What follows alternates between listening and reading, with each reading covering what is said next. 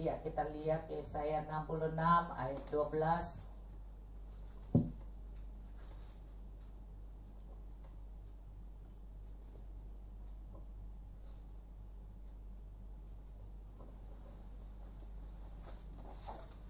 Ya, saya akan baca bagi Anda. Biasanya saya baca satu pasal, tapi kali ini saya baca dari ayat 5. 1, 2, 3. Dengarlah firman Tuhan, hai kamu yang gentar kepada firman-Nya. Saudara-saudaramu yang membenci kamu, yang mengucilkan kamu oleh karena kamu menghormati namaku, telah berkata, baiklah Tuhan menyatakan kemuliaan-Nya, supaya kami melihat sukacitamu, tetapi mereka sendirilah yang mendapat malu. Dengar bunyi kegemparan dari kota, dengar datangnya dari bait suci. Dengar, Tuhan melakukan pembalasan kepada musuh-musuh Tuhan. Sebelum menggeliat sakit, ia sudah bersalin. Sebelum mengalami sakit beranak, ia sudah melahirkan anak laki-laki. Siapakah yang telah mendengar hal yang seperti itu? Siapakah yang telah melihat hal yang demikian? Masakan suatu negeri diperanakan dalam satu hari, atau satu bangsa dilahirkan dalam satu kali.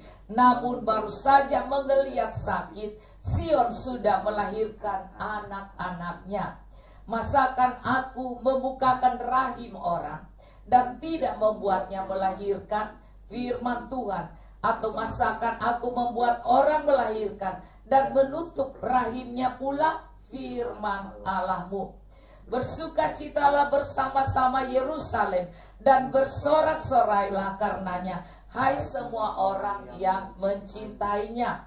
Bergiranglah bersama-sama dia segirang-girangnya, hai semua orang yang berkabung karenanya. Supaya kamu menghisap dan menjadi kenyang dari susu yang menyegarkan kamu, supaya kamu menghirup dan menikmati dari dadanya yang bernas. Sebab inilah firman Tuhan, sesungguhnya aku mengalirkan kepadanya keselamatan seperti sungai, dan kekayaan bangsa-bangsa seperti batang air yang memancir. Kamu akan menyusu atau digendong, akan dibelai-belai di pangkuan, seperti seseorang yang dihibur ibunya. Demikianlah aku ini akan menghibur kamu. Kamu akan dihibur di Yerusalem. Apabila kamu dihibur, kamu melihatnya, hatimu akan girang, dan kamu akan seperti rumput muda yang tumbuh dengan lebat. Maka tangan Tuhan akan nyata kepada hamba-hambanya, dan amarahnya kepada musuh-musuhnya. Sebab sesungguhnya Tuhan akan datang dengan api, dan kereta-keretanya akan seperti puting beliung, untuk melampiaskan murkanya dengan kepanasan, dan hardiknya dengan nyala api. Sebab Tuhan akan menghukum segala yang hidup dengan api dan dengan pedangnya. Dan orang-orang yang mati terbunuh oleh Tuhan akan banyak jumlahnya. Mereka yang menguduskan dan mentahirkan dirinya untuk taman-taman dewa, dengan mengikuti seseorang yang ada di tengah-tengahnya, yang memakan daging babi dan binatang-binatang jijik tikus. Mereka semuanya akan lenyap sekaligus. Demikian firman Tuhan. Aku mengenal segala perbuatan dan rancangan mereka, dan aku datang untuk mengumpul segala bangsa dari semua bahasa. Dan mereka itu akan datang dan melihat kemuliaanku. Aku akan menaruh tanda di tengah-tengah mereka, dan akan mengutus dari antara mereka orang-orang yang terluput kepada bangsa-bangsa, yakni Tarsis, Pul dan Lut, ke Mesek dan Ros, ke Tubal dan Yawan, ke pulau-pulau yang jauh yang belum pernah mendengar kabar tentang aku, dan yang belum pernah melihat kemuliaanku, supaya mereka memberitahukan kemuliaanku di antara bangsa-bangsa. Mereka itu akan membawa semua saudaramu dari antara segala bangsa, segala korban untuk Tuhan di atas kuda, dan kereta, dan di atas usungan, di atas bagal dan unta betina yang cepat, ke atas gunungku yang kudus, ke Yerusalem. Firman Tuhan, sama seperti orang Israel membawa korban dalam wadah yang tahir ke dalam rumah Tuhan, juga antara mereka akan kuambil imam-imam dan orang-orang Lewi. Firman Tuhan, sebab sama seperti langit yang baru dan bumi yang baru yang akan kujadikan itu tinggal tetap di hadapanku. Demikian firman Tuhan, demikianlah keturunanmu dan namamu akan tinggal tetap. Bulan berganti bulan dan sabat berganti sabat, maka seluruh umat manusia akan datang untuk sujud menyembah di hadapanku. Firman Tuhan, mereka akan keluar dan akan memandangi bangkai orang-orang yang telah memberontak kepadaku. Di situ ulat-ulatnya tidak akan mati dan apinya tidak akan padam, maka semua akan menjadi kengerian bagi segala yang hidup. Ini berbicara tentang akhir zaman dan bahkan tentang neraka yang harus kita tahu bahwa tidak hanya sekedar saja tahu oh neraka ada api yang panas, tetapi kita perlu untuk tidak mau masuk neraka. Kita harus hidup benar, kita harus hidup dengan jujur, kita harus hidup dengan semangat, bahkan kita benar-benar harus mempersiapkan diri kita untuk kedatangan Tuhan, karena waktu Tuhan sangat dekat. Tapi juga kita tidak usah khawatir, karena saya melihat banyak orang yang meninggal tiba-tiba tanpa rasa sakit, saudara bahkan tanpa sakit. Tidak peduli umur berapa, tidak peduli mereka harus tua banget, tidak. Tetapi orang-orang itu bisa tiba-tiba tidak ada, dan tiba-tiba mereka yang sehat-sehat bahkan masih jalan-jalan, tahu-tahu sudah menghilang. Nah, percaya bahwa kita perlu berjaga-jaga dalam hidup ini. Kita perlu untuk selalu dekat dengan Tuhan, selalu mau intim dengan Tuhan. Jangan sampai kita melayani hanya seperti asal saja dan tidak memberi yang terbaik, dan kita tidak mempersiapkan bahwa kita ini mengasihi Tuhan, benar-benar memberikan bagian yang terbaik dari hidup ini. Jadi bukan hanya sekedar saja kita ada atau roh agamawi saja, tetapi kita perlu untuk menyelami hati dan kehendak Tuhan. Kita perlu untuk tahu waktu dan masanya Tuhan. Karena itu banyak orang yang tidak tahu waktu dan masanya Tuhan. Mereka terjerat oleh hal-hal yang dimana mereka anggap santai saja hidup ini asal saja aku ada di gereja, aku melayani asal saja dan suka-suka. Dan kemudian mereka rasa mereka sudah hebat dan mereka tidak perlu memberi yang terbaik bagi Tuhan, karena mereka rasa yang penting aku sudah ada dan yang penting aku ada saat itu di ibadah. Tetapi bukan karena itu, saudara, tetapi kita harus perhatikan bahwa kalau toh nafas ini habis, apakah kita akan masuk surga? Karena kita pikir, aku sudah hebat, aku sudah ini, aku begini, aku buat ini. Padahal ternyata kita tidak serius dan kita ini tidak bersungguh-sungguh melayani, tidak bersungguh-sungguh. Nyatanya kita seperti 5 anak darah, yang ada yang bodoh, ada yang cerdas. Ada yang bodoh, dia tidur dan dia malas dan dia pikir aku juga dengar kok, aku dengar itu sangkakala, aku juga punya karunia mendengar, aku juga tahu tentang Tuhan, tentang waktu Tuhan, dia bisa tahu semua. Tapi karena dia tidak serius, maka 5 anak darah yang bodoh itu, walaupun dia ada selalu di ibadah, dia ada dalam pelayanan, tapi karena dia tidak memberi yang terbaik, tidak bersungguh-sungguh dan tidak fokus, maka saudara, itu bejananya bolong, saudara. Maka tidak ada minyak yang di dalam dia, tidak ada, sehingga cuma bisa nyala sedikit, habis itu dia ngantuk, nyala sedikit, habis itu dia sudah dia bilang udah cuek gitu, saudara. Sehingga waktu waktu bunyi itu dia dengar juga, tetapi dia tidak periksa di dalamnya bahwa sebenarnya sudah nggak ada minyaknya. Sehingga akhirnya dia harus mengemis dan minta, bantu dong, iya dong, begini dong.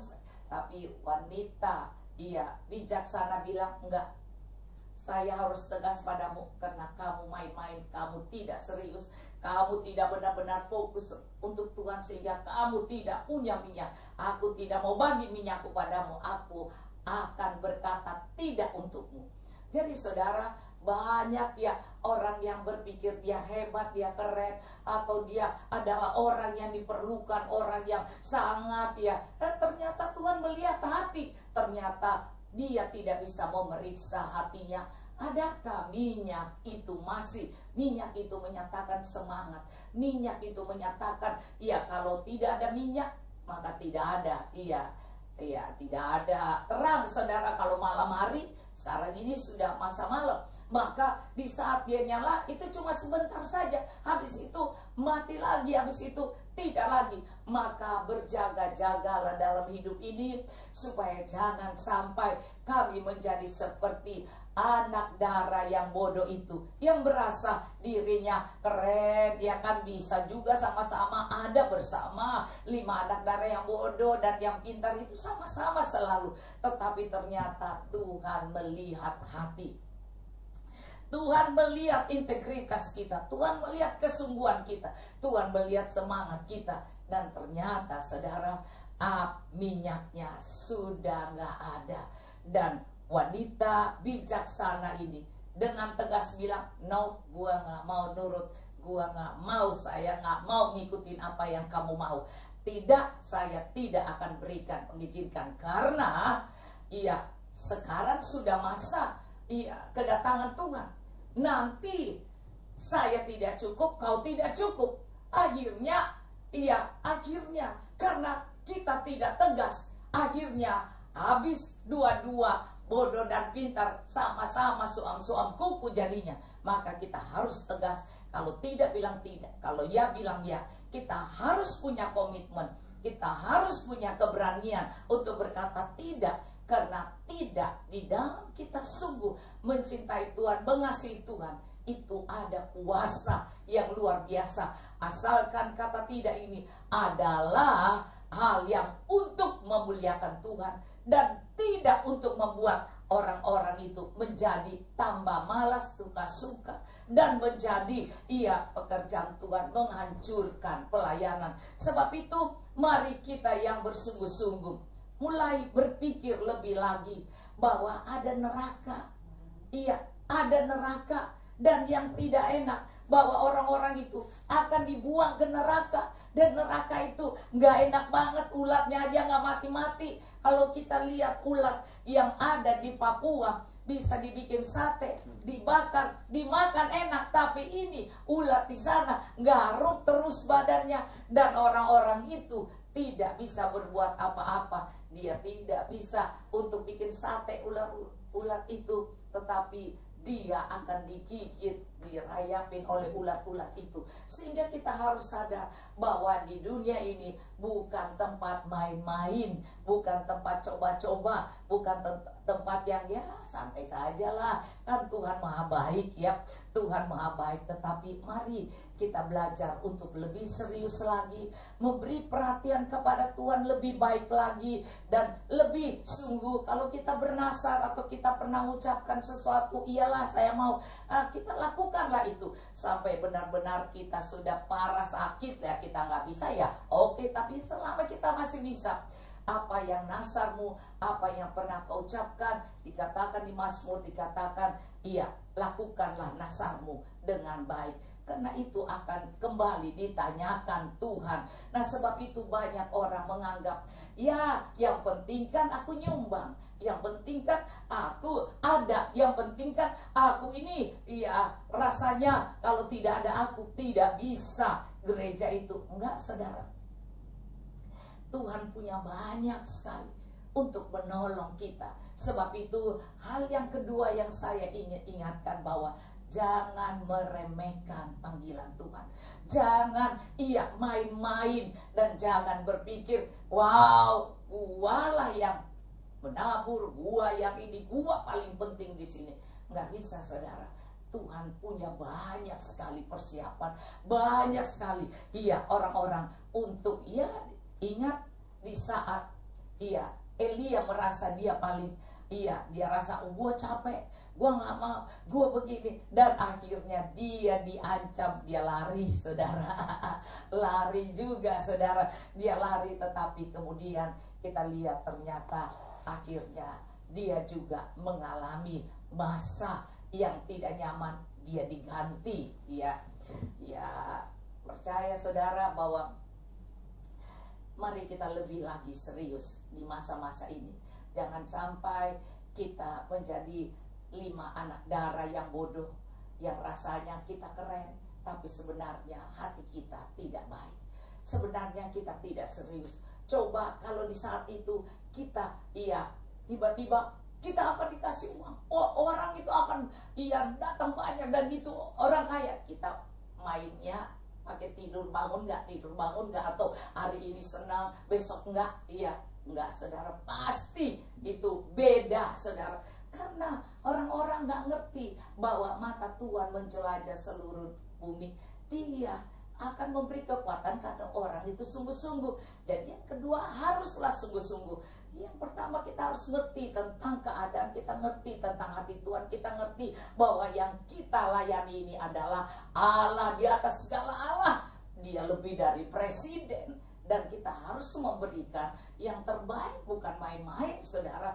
Yang kedua, mari kita lebih sungguh-sungguh, karena kita tahu bahwa apa yang kita kerjakan ini, kalau kita tahu mata Tuhan melihat kita. Ibrani 11 ayat 6 berkata bahwa tanpa iman kita tidak mungkin berkenan kepada Allah. Tapi waktu kita mau mencari Allah, kita bersungguh-sungguh, maka Dia memberi upah pada orang yang bersungguh-sungguh. Saya percaya bahwa kita semua membutuhkan upah dari Tuhan. Upah yang pertama adalah hidup kekal. Upah yang kedua tentu Anda dengan keluarga sehat, diberkati. Yang ketiga, Anda diberikan tanggung jawab, dipercaya oleh Tuhan dan manusia, sehingga Anda tidak dibuang oleh manusia. Anda tidak bilang, oh orang ini sudah besar, nggak boleh dipakai lagi. Enggak, saudara. Tapi karena kita ini sangat bersungguh-sungguh, maka dibilang dipercayai oleh Tuhan dan manusia, sehingga dalam hidup ini kita akan sangat-sangat menjadi terang di tengah-tengah kegelapan. Maka ini berdampak pada orang di sekeliling kita, akan mempercayai bahwa kita ini bisa dipakai. Kita ini bukan orang yang asal-asalan, tapi orang yang benar-benar mengerti tentang ada neraka, ada surga, yang benar-benar dikasihi oleh Tuhan dan manusia, sehingga dipercayai oleh Tuhan dan manusia. Kalau kita cuma sekedar saja, dan kita pikir daging kita pengen ngantuk, ya udah ngantuk aja, daging kita pengen belanja, udah belanja aja, padahal duit nggak ada, gesek aja tuh kredit card.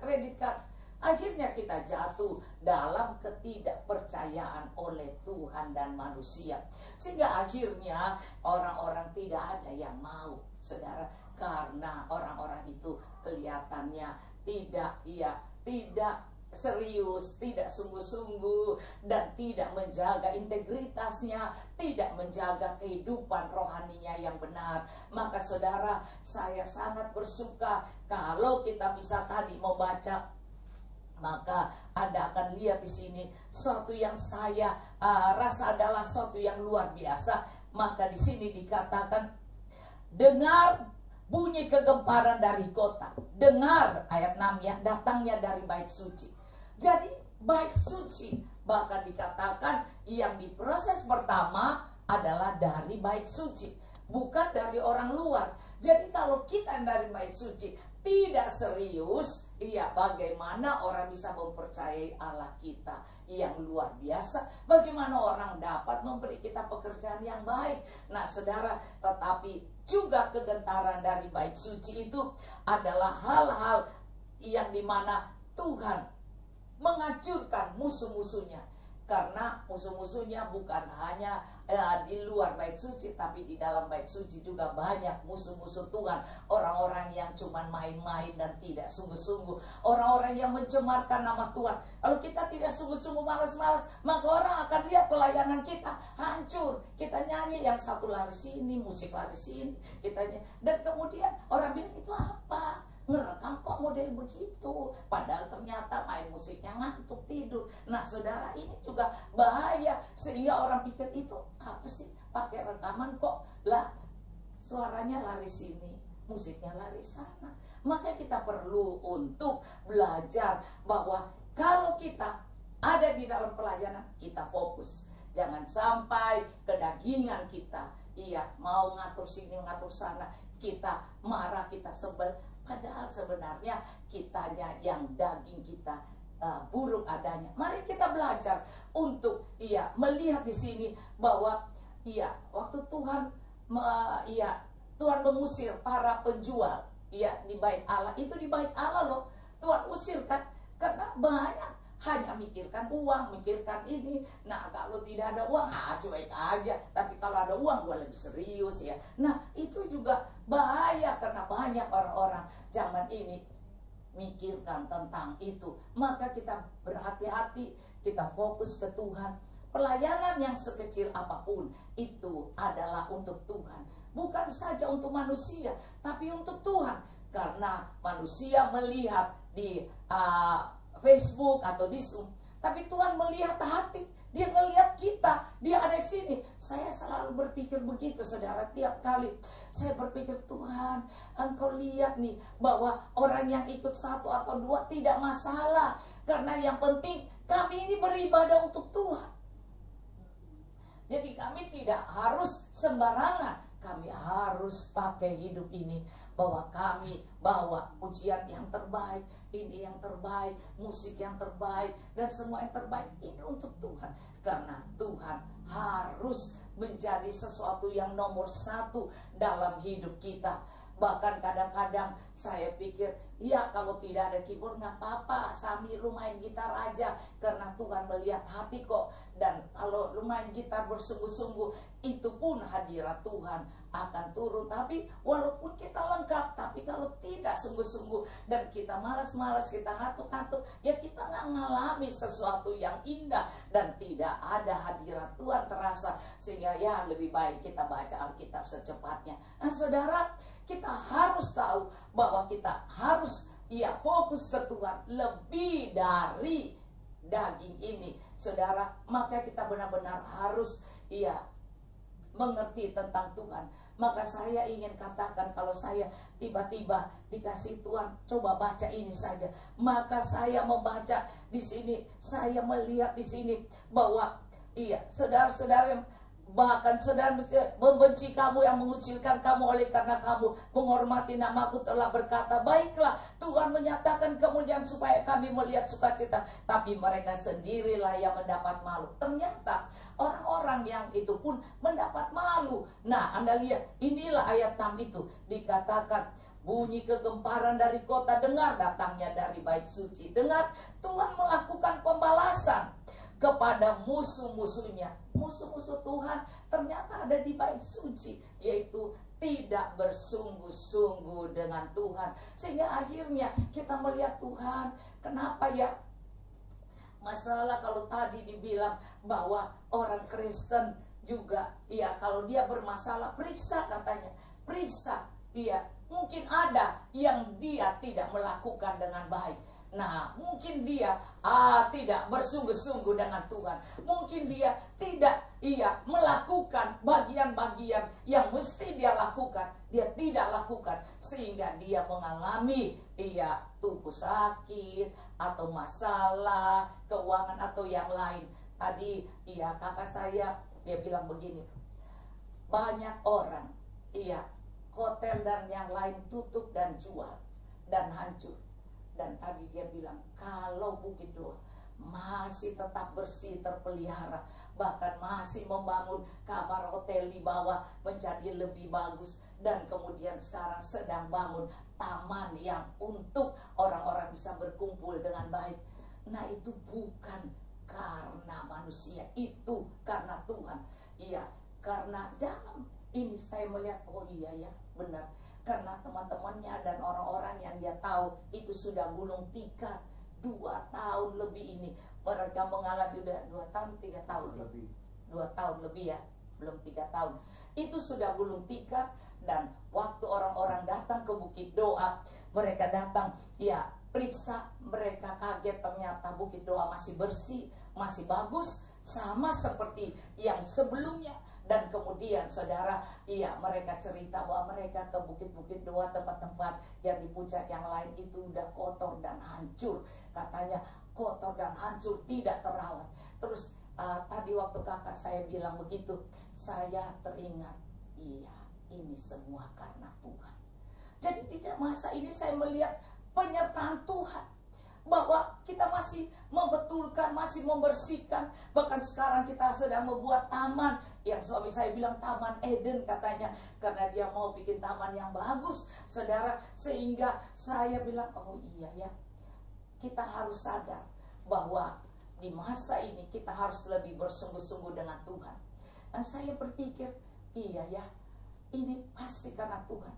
Dan kalau saya pun, iya, kalau anak-anak bilang, ya udah kita pergi refleksi, pijit kaki, wah terus punggung, saudara, tuh pijit aja kaget, bilang, ibu ini badannya keras banget katanya.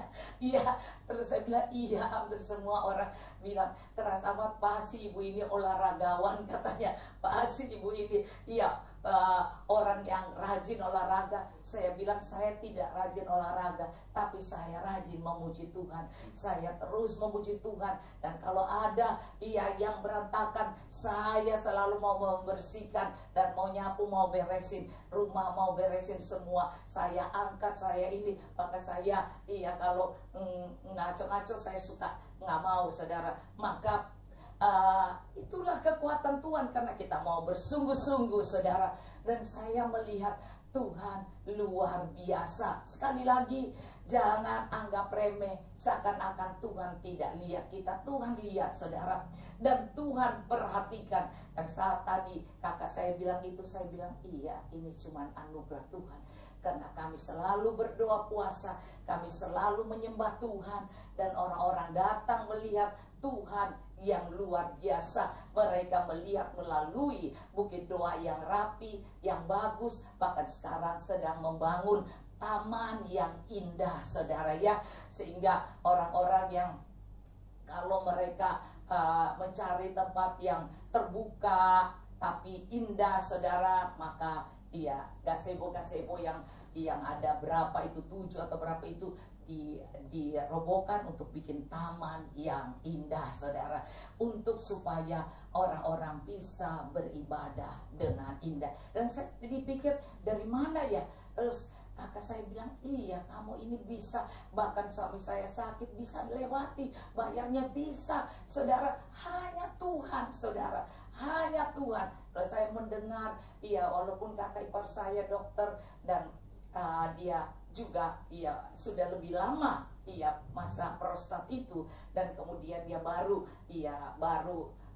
ini dia sudah mulai bisa jalan sedikit, dan dia suruh anaknya datang lihat, suami saya, maksudnya ipar saya suruh datang lihat, besuk ke sini. Nah, saudara, ponakan saya datang, dan saya baru dengar ternyata dokter pun, mereka pun mengalami proses ini lama, saudara ya, lama. Nah, itu bagian laki-laki harus hati-hati. Kalau laki-laki ini prostat ini harus berjaga baik-baik ya. Apalagi kalau laki-laki dapat kencing manis, itu parah banget. Kalau dikerok, di apa, itu susah banget. Nah, saudara, saya bersyukur karena suami saya keturunan yang tidak ada kencing manis, sehingga 70-90.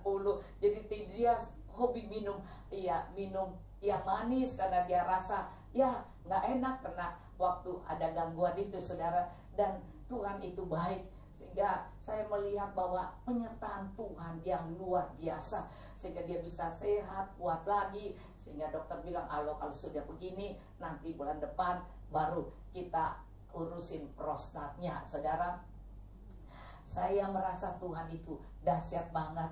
Tapi kalau saya tidak mendengar dari perkataan kakak saya, kadang-kadang kita ini rasa biasa saja ya penyertaan Tuhan. Tapi ternyata waktu saya mendengar kakak saya cerita, terus ponakan saya cerita tentang papanya yang dokter, dan juga akhirnya jalan ya udah agak susah tapi baru bisa turun. Saudara, bayangkan kalau bayar suster segitu mahal, saudara ya, satu hari 600 lebih, saudara, satu hari 600 ribu lebih, dan itu untuk merawat. Nah saudara, saya pikir Tuhan itu baik. Karena bagaimana satu bulan bayar suster aja puluhan juta, mau 20 juta dari mana, saudara? Tapi suami saya bisa melewatinya, saya bisa membantu dia, dan semuanya bisa berjalan dengan baik. Dan saya bersyukur pada Tuhan. Karena itu mari kita lebih sungguh-sungguh pada Tuhan. Mungkin orang waktu mereka sehat-sehat mereka tidak berpikir seperti itu. Tapi kalau mereka mengalami masa sulit seperti kami di masa ini, masa sulit dengan doa tidak ada yang pakai, terus ibadah tidak ada, baru aja berapa kali baru kita kumpul onsite ya, tapi itu pun banyak yang tidak mau ikut. Nah saudara, terus suami saya sakit, jadi kata teman-teman saya bilang begini, wah sudah Dora ini sudah jatuh ketimpa tangga katanya. Tapi saat tadi saya cerita, saya bersyukur pada Tuhan, ini karena Tuhan yang dahsyat. Nah sebab itu saya mau mengakhiri Anda melihat ayat ini. Kemudian kita lihat ya, sebelum melihat sakit ia sudah bersalin, sebelum mengalami sakit beranak ia sudah melahirkan anak laki-laki. Siapakah yang telah mendengar hal yang seperti itu? Siapakah yang telah melihat hal yang demikian? Masakan suatu negeri diperanakan dalam satu hari, atau satu bangsa dilahirkan dalam satu kali? Namun baru saja menggeliat sakit, Sion sudah melahirkan anak-anaknya. Masakan aku membuka rahim orang dan tidak membuatnya melahirkan, firman Tuhan? Atau masakan aku membuat orang melahirkan dan menutup rahimnya pula? Nah itulah saya sekali lagi tidak mempersiapkan Anda sebenarnya ini, tetapi saya ingin ingatkan, kalau Anda tetap berdoa syafaat, kalau Anda tetap mencari Tuhan, kalau Anda tetap bersungguh-sungguh dengan Tuhan, maka masalah Anda bukan Anda yang berperang, tapi Tuhan yang berperang. Seperti Keluaran 14 ayat 14, kamu hanya diam saja, Tuhan yang berperang. Tetapi lakukanlah bagian kita, sembah Tuhan, menghormati Dia, lakukan dengan sungguh-sungguh, jangan malas-malasan, bahkan jangan tertidur-tidur. Kalau di foto dilihat orang kan malu, saudara ya. Maka kita harus punya integritas dan punya kesembuhan untuk melayani Tuhan, dan untuk mempercayai Tuhan, dan untuk mengandalkan Tuhan, dan untuk mempercayai Tuhan lebih lagi sungguh-sungguh, lebih lagi sungguh-sungguh. Maka kita akan lihat bahwa saat kita berdoa, ini yang dikatakan tadi, dikatakan sakit beranak menggeliat itu kan, ini berbicara doa syafaat yang bersungguh-sungguh. Kalau saat orang melahirkan, karena saya sudah punya anak 4, jadi saya tahu bagaimana saya melahirkan normal dan tidak sesar. Saya selalu mau Tuhan, saya bisa melahirkan normal, karena saya bukan perempuan manja yang apa-apa tidak mau mengalami sakit, sesar aja, tidak. Kecuali kalau dokter ada penyakit harus disesar. Tapi kalau tidak, saya tetap berjuang. Saya bisa sampai hampir 2 hari loh di rumah sakit baru melahirkan. Saya mau tetap mengalami itu. Dan inilah saya mengerti bahwa kalau tiba-tiba menggeliat langsung melahirkan, ini adalah kuasa Tuhan. Jadi saudara, mari kita mempercayai bahwa doa yang bisa sekali menggeliat langsung melahirkan. Nah saudara, ini pertolongan Tuhan. Jadi kalau kita berdoa sungguh-sungguh, nah waktu melahirkan itu saudara, memang disuruh ya ngeden, kenceng ngeden. Kalau kurang dia bilang ya udah tarik napas lagi, ya udah sekarang lebih kenceng. Akhirnya jebol juga saudara, tapi akhirnya melahirkan juga. Tapi kalau ini dia bilang baru sekali sudah plok, langsung saudara ya, langsung. Saya lihat ini pada anak saya yang pertama, dia punya kekuatan kekuatan waktu melahirkan anak pertama. Saya tungguin, dan ternyata dia, dokternya sampai tidak sempat datang karena baru dia rasa sakit banget. Dia langsung mengeliat pas masuk ke, pas itu mau mengeliat itu masa pembukaan saudara ya, pas ya mengeliat, padahal dokter dan suster bilang ini masih lama, apalagi anak pertama masih lama. Tapi saat itu saya berdoa saudara supaya anak saya bisa cepat, dan ternyata cepat saudara. Ini luar biasa, langsung wow, dokter tidak sempat. Akhirnya suster, kami panggil, sus ini sudah saatnya. Dan suster bilang belum. Akhirnya dia datang juga karena kami maksa. Dan akhirnya dia, oh iya ini udah gak keburu nih, udah kepalanya udah mau nongol. Nah saudara, Anda lihat ya, harus punya kekuatan. Dan di dalam masa ini kita harus punya kekuatan, harus punya komitmen, fokus kepada Tuhan, dan komitmen yang benar. Maka kita akan lihat bahwa Tuhan akan buat terobosan. Ya, rahim yang tertutup terbuka, maka melahirkan anak-anak rohani. Maka di dalam doa syafaat kita setiap malam ini, kita harus serius dan harus berjuang, dan harus, sampai saya tiap kali berdoa ini saya kebayang saya berlutut saudara. Saya suka sebenarnya berlutut. Saya kebayang berlutut di sini, berlutut saudara, dan merasakan kasih Allah. Jadi saya tahu Tuhan, kenapa setiap kali saya kebayang berlutut dan menyembah Tuhan, maka saya percaya Tuhan sedang ingatkan saya bahwa setiap kali kita merendahkan hati di hadapan Tuhan dan bersyafaat dengan segenap hati, tidak ada yang sukar, tidak ada yang sukar saudara. Dan Tuhan bisa melakukan mujizat yang ajaib dalam hidup kita. Percaya saudara, bagi Allah tidak ada yang mustahil.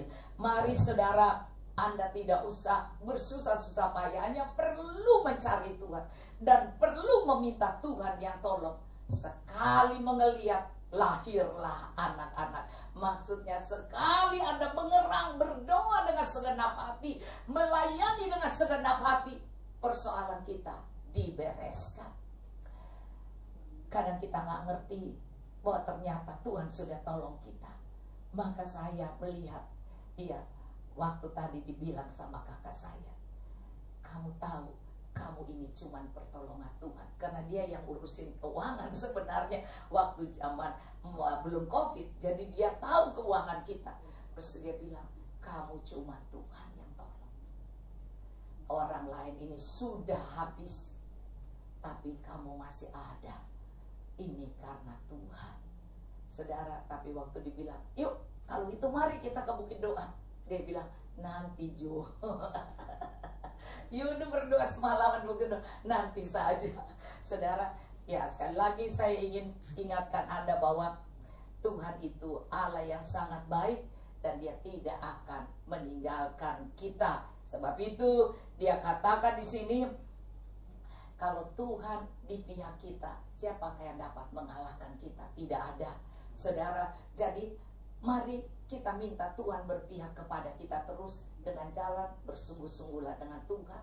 Rendahkan hati. Kalau kita malas, ya lebih baik kita tidur. Jangan kita malas, kita datang terus kemudian kita tidur di ibadah. Itu membuat orang lain tidak damai. Mari kita serius dengan Tuhan, dan kita benar-benar cari Tuhan, dan kita benar-benar membuat Tuhan bersemangat melihat kita dengan semangat mencari Dia. Mari bersemangatlah, bersemangat dengan Tuhan. Iya, terpujilah Tuhan, karena Tuhan tidak akan membiarkan kita. Saya menyelesaikannya.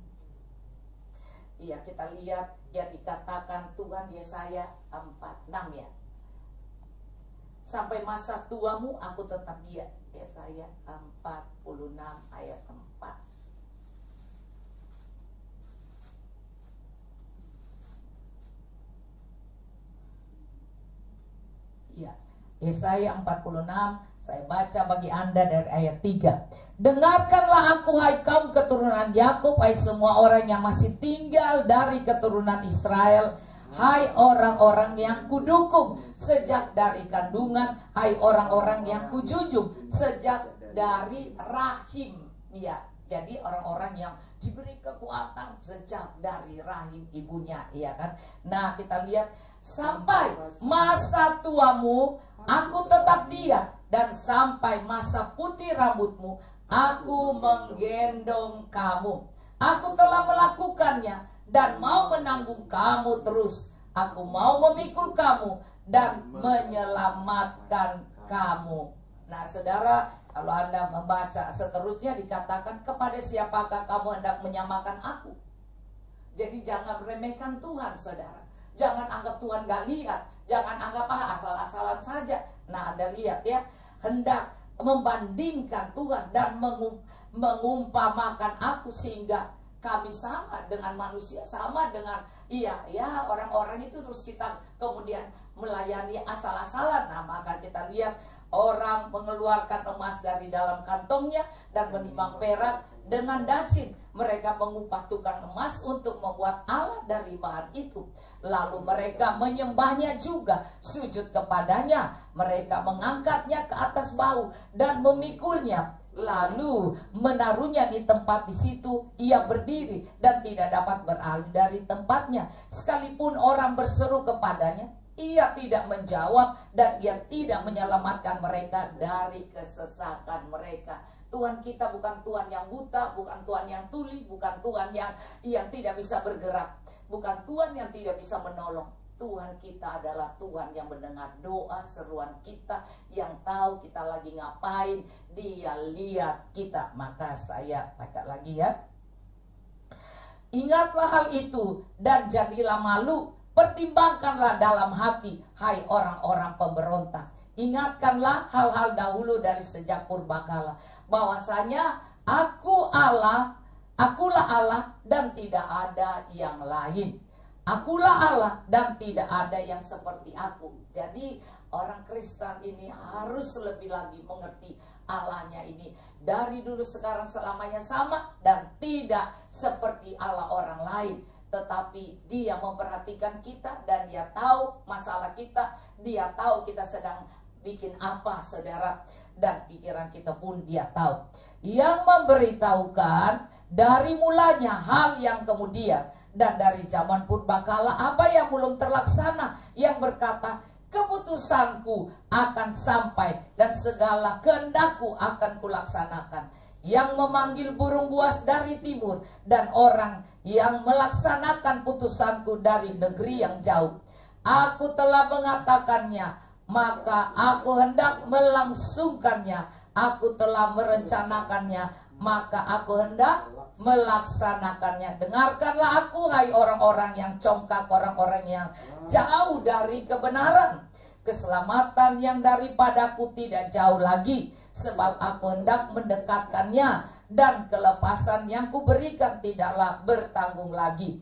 Aku akan memberitakan kelepasan di Sion dan keagunganku kepada Israel. Jadi Anda tetaplah berdoa serius, berdoa sungguh-sungguh, bersyafaat seperti orang melahirkan itu, dan ingat Tuhan lihat. Jangan bandingkan Tuhan dengan agama lain atau dengan patung-patung atau dengan orang-orang hebat hanya kekayaannya itu. Tetapi ingat, Allah lihat kita, Allah tahu kita, Dia tahu persis apa yang menjadi masalah kita. Dan saya melihat banyak sekali mujizat itu dalam hidup saya. Saudara, saya lihat sekali bagaimana Tuhan melakukannya bagi hidup saya. Dan Tuhan menolong, sehingga tadi saya bersaksi bahwa saya dengar kakak saya bilang, karena dia memang orang accounting, kan dulu dia jadi direktur accounting di satu perusahaan yang besar, dan dia yang atur semua perusahaan itu terkenal, saudara. Dan saya melihat Tuhan yang luar biasa. Dia kakak saya, dia sudah pensiun, dan kemudian dia bantu saya, dan karena kami ya libur tidak ada yang pakai, maka kami belum pegawai-pegawai belum mulai kerja, tetapi yang di Bukit Doa ada berapa yang terus merawat, dan itu harus kami terus membiayainya. Dan saudara, waktu dia tadi bercerita dan mengatakan, karena dia punya pengalaman dia yang luas, saudara, di perusahaan yang besar, dan dia bilang, ini kalau saya bisa melewati, kami sekeluarga bisa melewati dengan begitu beban yang berat, tentunya ini bukan kami, karena dia tahu keuangan dan pemasukan keluar masuk, karena dia yang urus pajak dan semua. Dan saudara, inilah yang dia katakan, bahwa semua kamu ini bisa hanya karena Tuhan. Jadi saya hari ini bersyukur pada Tuhan mendengar perkataan dari kakak saya yang dia lebih pintar di bagian ya dan keadaan dunia ini, dia lebih tahu dari saya, dan dia bilang ini cuman karena Tuhan. Dia tahu persis keadaan kami, dan ternyata dia bilang kamu bisa melewati, ini cuma Tuhan. Jadi masa ini bisa merawat Bukit Doa, dan Tuhan menolong saya, dan kemudian mengurus suami saya yang sakit, dan kemudian dia dipulihkan, dan datanglah ponakan saya dan cerita tentang papanya yang dokter dan ngalami sakit juga waktu operasi prostat, dan sekarang begitu cukup lama ya, sekarang dia mulai bisa jalan perlahan walaupun pakai suster ya saudara. Tapi suami saya juga sudah 2 kali operasi, dan nanti ketiga kali prostat yang bulan Mei nanti, dan saya melihat dia sudah bisa senang, bisa ikut ibadah juga di bawah, dan ya jemaat sudah tadi bisa ketemu dia, semua karena Tuhan. Jadi mari jangan berhenti untuk berharap dan bersandar pada Tuhan. Jangan menganggap Tuhan seperti orang lain, atau ya dewa-dewa lain, atau agama lain. Tuhan kami adalah Tuhan yang luar biasa. Jadi mari dia tidak minta apa-apa, tapi dia minta kesungguhan kita, dia minta perhatian kita, dia minta hati kita, dan dia minta kita mengerti firman-Nya supaya kita tidak meremehkan hadirat Allah. Di mana saja kita berada, Tuhan pasti ada di situ, dan Tuhan melihat sikap kita, gaya kita, kemalasan kita, atau kerajinan kita, atau bagaimana kita melayani Dia dengan baik. Pasti Tuhan memberi upah kepada orang yang sungguh-sungguh mengasihi Dia, percaya kepadanya, dan mengandalkan Dia. Terpujilah Tuhan. Haleluya. Mari kita akhiri ibadah.